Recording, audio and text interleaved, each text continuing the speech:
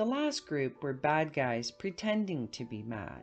In those cases, the experienced nurses would look for three things. The first involved whether the patient would declare his mental illness or deny it. The second involved his behavior in the shower. The third and last criteria involved feces. Now it's time for Puppets, Pupils, and Producers, a story of mind over matter. It wasn't politically correct for the brass or the doctors to say it, but amongst the rest of the staff, it was common to refer to the correctional part of the facility as the bad side, and the psychiatric part as the mad side. Most of the men who came to the mad side exhibited symptoms of a major mental illness.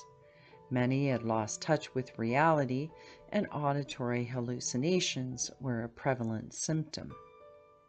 Some only heard one voice that they may or may not recognize, while others heard many.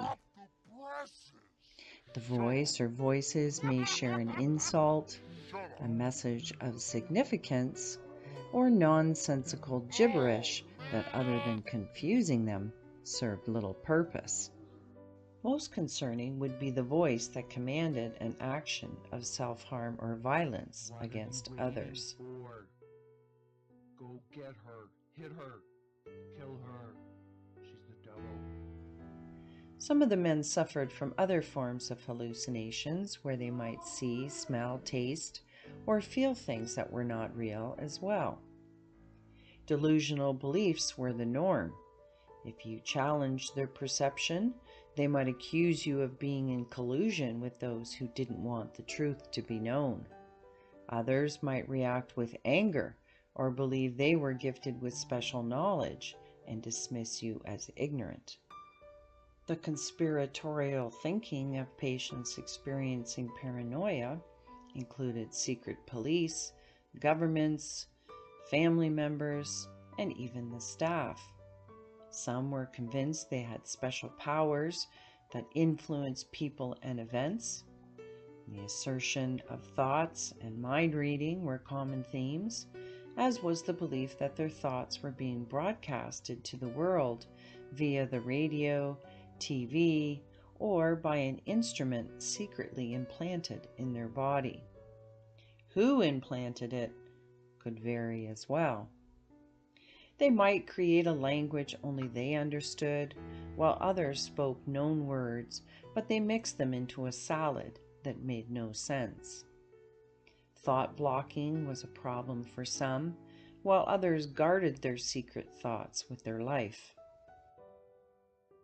Conversely, there were men who couldn't keep up with their flighting ideas, and those who lost their filter, which led them to sharing their most intimate thoughts with everyone around them. Some men had a mood disorder and were severely depressed. Preferring to isolate themselves, their thoughts would slow down and they'd find it hard to concentrate. Nothing interested them, and interacting with others was a chore. Some ate more than usual and gained weight, while others lost their appetite and withered away. Some couldn't sleep, and others couldn't get enough of it.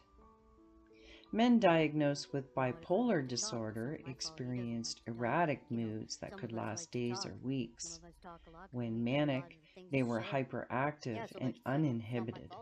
Racing thoughts caused pressured speech, and most couldn't sit still, let alone sleep. Some became too sensitive and were easily offended.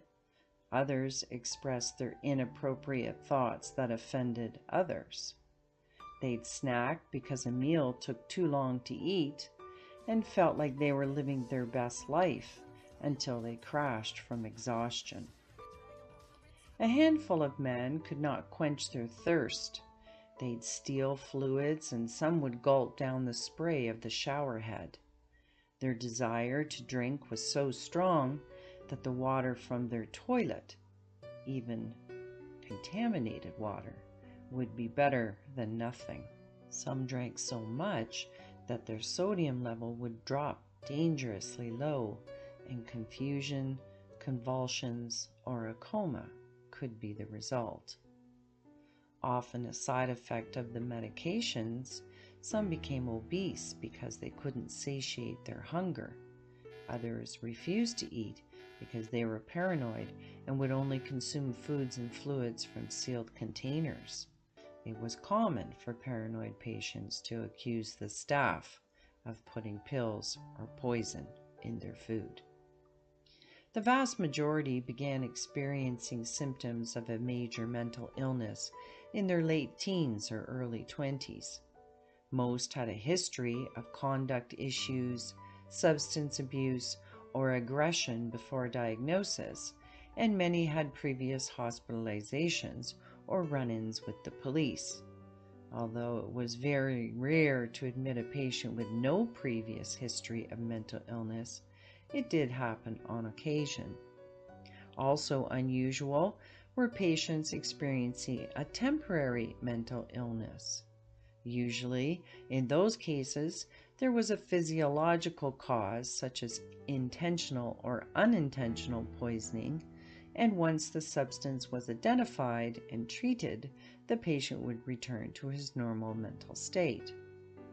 A small minority of patients did not have a major mental illness, such as schizophrenia or bipolar disorder, and were admitted back in an era where narcissism and psychopathy were viewed as mental illnesses versus a personality construct.